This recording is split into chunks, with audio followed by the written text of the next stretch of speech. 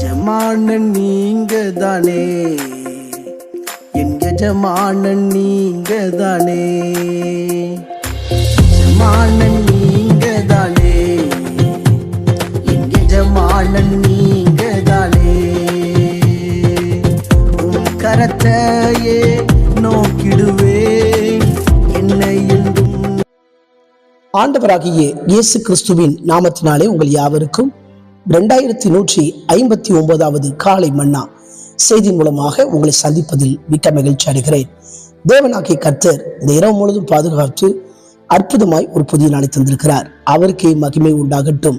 இந்த நாளிலும் நாம் யாருக்காக எதற்காக ஜெபிக்க வேண்டும் என்று சொன்னால், கர்த்தருடைய ஊழியத்தை செய்கிற எல்லா ஊழியக்காரங்களுக்காக, அவங்க குடும்பங்களுக்காக, கர்த்தர் கொடுத்த ஊழியத்தை சிறப்பாய் செய்யும்படியாக, ஊழியத்திலே காணப்படுகிற எல்லா குறைகளையும் தேவைகளையும் கர்த்தர் சந்திக்கும்படியாக ஜெபிப்போம். தேவன் பெரிய காரியங்களை செய்வாராக.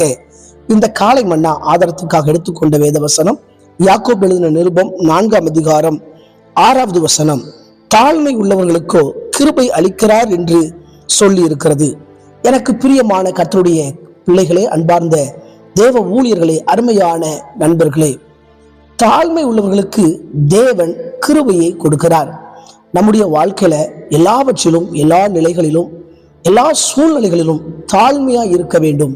தாழ்மை என்பது தேவனுடைய சுபாவமாய் காணப்படுகிறது.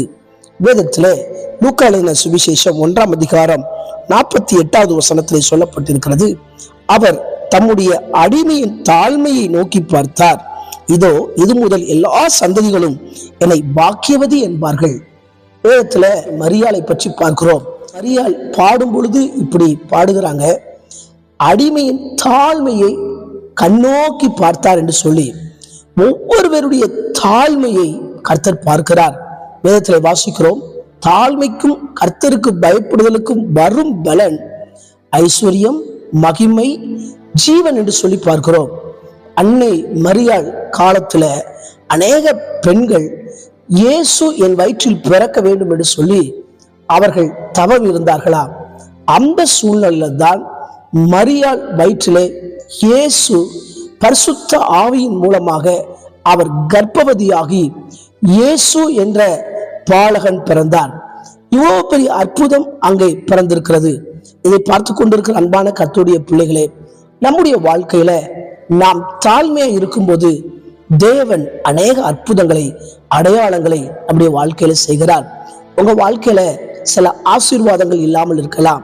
சில நேரத்துல என் வாழ்க்கையில எவ்வளவு பாடுகள், எவ்வளவு வேதனை, எல்லாரும் கேவலமாய் பேசுகிறார்களே, என் வாழ்க்கையில ஆசீர்வாதம் இல்லையே சொல்லி சோர்ந்து போயிருந்தால், உங்க வாழ்க்கையில ஆண்டவருடைய கிருபையை அவர் கொடுக்க விரும்புகிறார். நம்முடைய சுபாவம் தாழ்மையின் சுபாவமாய் மாற வேண்டும். வேதத்திலே வாசிக்கிறோம், பெருமை உள்ளவர்களுக்கு தேவன் எதிர்த்திருக்கிறார், தாழ்மை உள்ளவர்களுக்கோ கிருபை அளிக்கிறார். நம்முடைய இருதயத்துல ஒரு நாள் கூட கடுகளவு பெருமை வரக்கூடாது.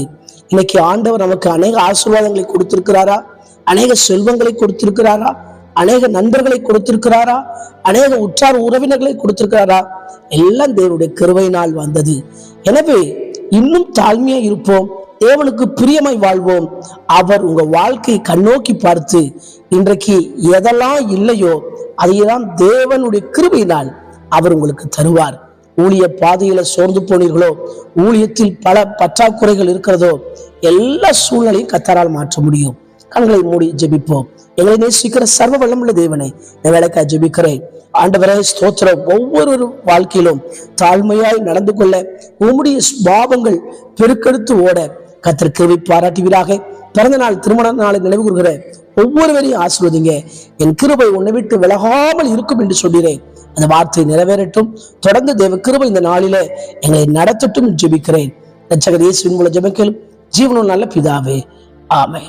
அனுச்சித்தமானால் மீண்டும் நாளை காலை புதிய காலை மன்னா செய்திகளை சந்திக்கிறேன். அதுவரை தேவ கிருபை தாங்குவதாக. மாரநாதா, இயேசு வருகிறார். ஆயத்தமாவோம், அழகை ஆயத்தப்படுத்துவோம். ஆமென். அல்லேலூயா. Praise the Lord. எஜமானன் நீங்க தானே, என் எஜமானன் நீங்க தானே, எஜமானன் நீங்க தானே, என் எஜமானன் நீங்க தானே, உன் கரத்தை